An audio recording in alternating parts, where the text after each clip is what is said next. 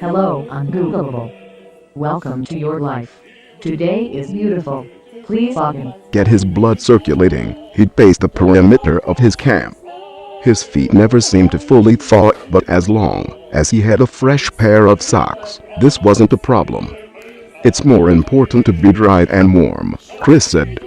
By dawn, he'd had his day's water supply. Then, if I had had food, I'd have a meal. And if he didn't have food, there were, he said, some very hard winters, desperate winters in which he ran out of propane and finished his food. The suffering was acute. Chris called it physical, emotional, and psychological pain. He hinted to me there were times he contemplated suicide. Why not just leave the woods? Chris said he thought about it. He even kept a whistle in his camp. If I blew on it in sequences of 3, help might come. But he never used it. Rather, he made a firm decision that unless forcibly removed, he was going to spend the rest of his life behind the trees. When he heard the song of the chickadees, he told me he could finally relax. That alerted me that winter is starting to lessen its grip. That the end is near. That spring is coming, and I'm still alive. The cold never got easier. All his winter camping expertise felt offset by advancing age. You should have seen me in my 20s, he boasted. I was lord of the woods. I ruled the land I walked upon. I was tough and clever.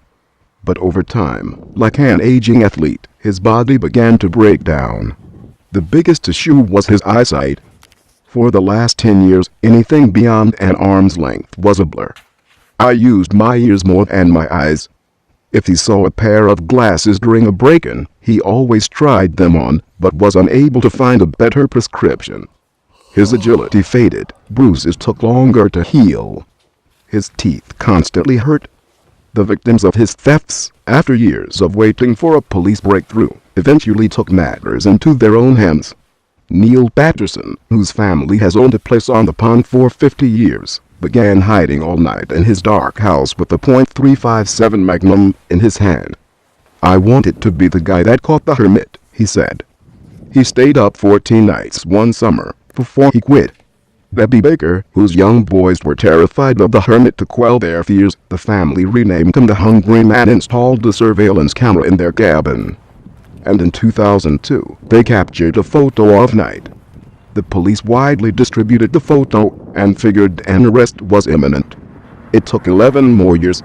After a robbery in March of 2013 at the Pine Tree Camp, Sergeant Terry Hughes, who often volunteered there, contacted the Border Patrol for advice.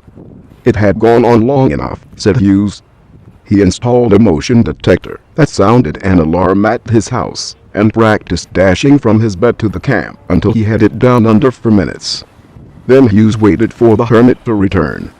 Following his arrest, the court of public opinion was deeply divided. The man who wanted to live his life as invisibly as possible had become one of the most famous people in Maine. You could not walk into a bar in the Augusta area without stumbling into a debate about what should be done with Christopher Knight. Some said that he must immediately be released from jail. Stealing cheese and bacon are not serious crimes. The man was apparently never violent. He didn't carry a weapon. He's an introvert, not a criminal. He clearly has no desire to be a part of our world. Let's open a Kickstarter, get him enough cash for a few years' worth of groceries, and allow him to go back to the woods. Some people were willing to let him live on their land, rent-free. Others countered that it wasn't the physical items he robbed that made his crimes so disturbing. He stole hundreds of people's peace of mind, their sense of security. How were they supposed to know Knight wasn't armed and dangerous? Even a single break-in can be punishable by a 10-year sentence. If Knight really wanted to live in the woods, he should have done so on public lands, hunting and fishing for food. He's nothing but a lazy man and a thief times 1,000.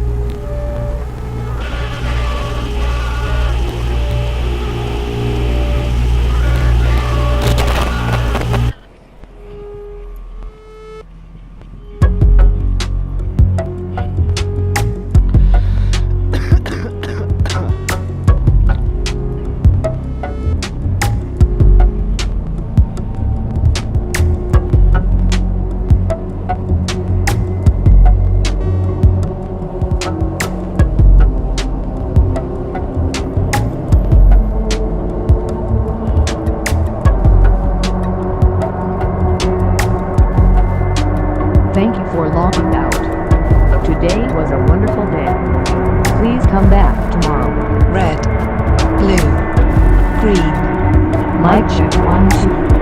Congratulations. You reject the good enough. You reject words like symbolism and postmodernism. Obsolescence is not part of your vocabulary. Every night, every day, every step of the way. The diktat of fashion.